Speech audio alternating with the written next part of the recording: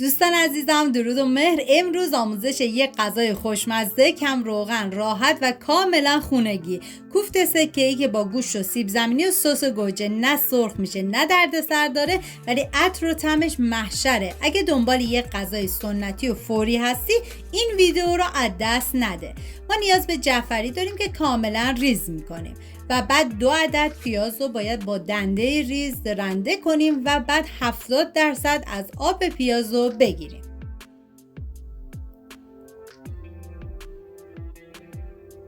و 300 گرم گوشت چرخ کرده رو به پیاز اضافه میکنم و جعفری خرد شده.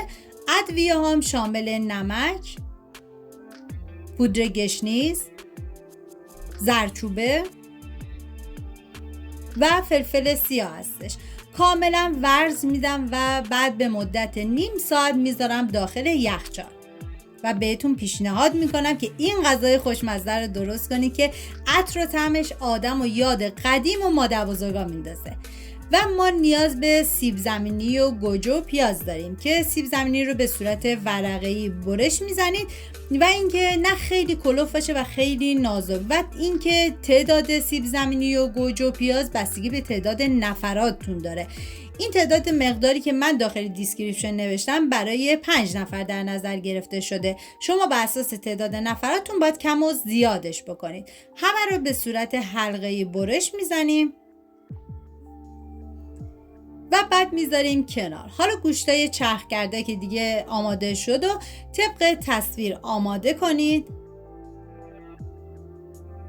واقعا یکی از خوشمزه ترین غذای سنتی اصیل ایرانیه. و بعد گوشت چرخ کرده، 1 عدد سیب زمینی، گوجه و پیاز توی یه ظرفی که میخواد بذارید داخل فر میچینید و بعد چند حلقه فلفل دلمه‌ای هم میذارید و بعد باید بذارید داخل فر با دمای 200 درجه به مدت 20 دقیقه. من 2 قاشق غذاخوری روغن زیتونم ریختم. حالا توی این فاصله ما برای این غذا به برنج نیاز داریم. ببینید این غذا رو میتونید هم با نون بخورید هم با برنج که من سلیقه‌ام برنج بود. بعد اینکه آب جوش اومد برنج رو ریختم داخلش، هم که کمی دونه داشت برداشتم و تهدیگ مورد نظر که من سیب زمینی استفاده کردم و بعد از اون برنج رو میذارم به مدت 1 ساعت 10 دقیقه کاملا دم بکشه. میریم برای درست کردن سس خوشمزه‌مون که نیاز به رب گوجه فرنگی، رب انار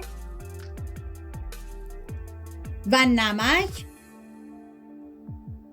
و ادویه که خیلی خوشمزه‌اش میکنه جوز هندی و مقداری زعفرون و آب لیمو ترش تازه بهش اضافه میکنم و بعد از اون آب جوش رو بهش اضافه میکنم.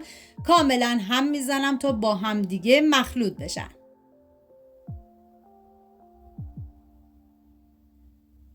و بعد حالا ما گوشی که گذاشته بودیم داخل فر رو خارج میکنیم، این سس رو بهش اضافه میکنیم و بعد میذاریم دوباره داخل فر با دمای 160 درجه به مدت 1 ساعت. دوستان عزیزم امیدوارم از این غذای خوشمزه خوشتون اومده باشه. این همون غذای قدیمیه که همیشه بوش تا ته کوچه میرفت. اگه درستش کردین و خوشتون اومده یک کامنت برام بذارین که بدونم به دلتون چسبیده یا نه. اگر از این مدل غذای سنتی هم خوشتون میاد کانال سابسکرایب کنید، زنگوله رو هم بزنید که غذای بعدی رو از دست ندین. اینم از غذای خوشمزه ما. مرسی از همراهیتون. نوش جونتون و دلتون همیشه گرم.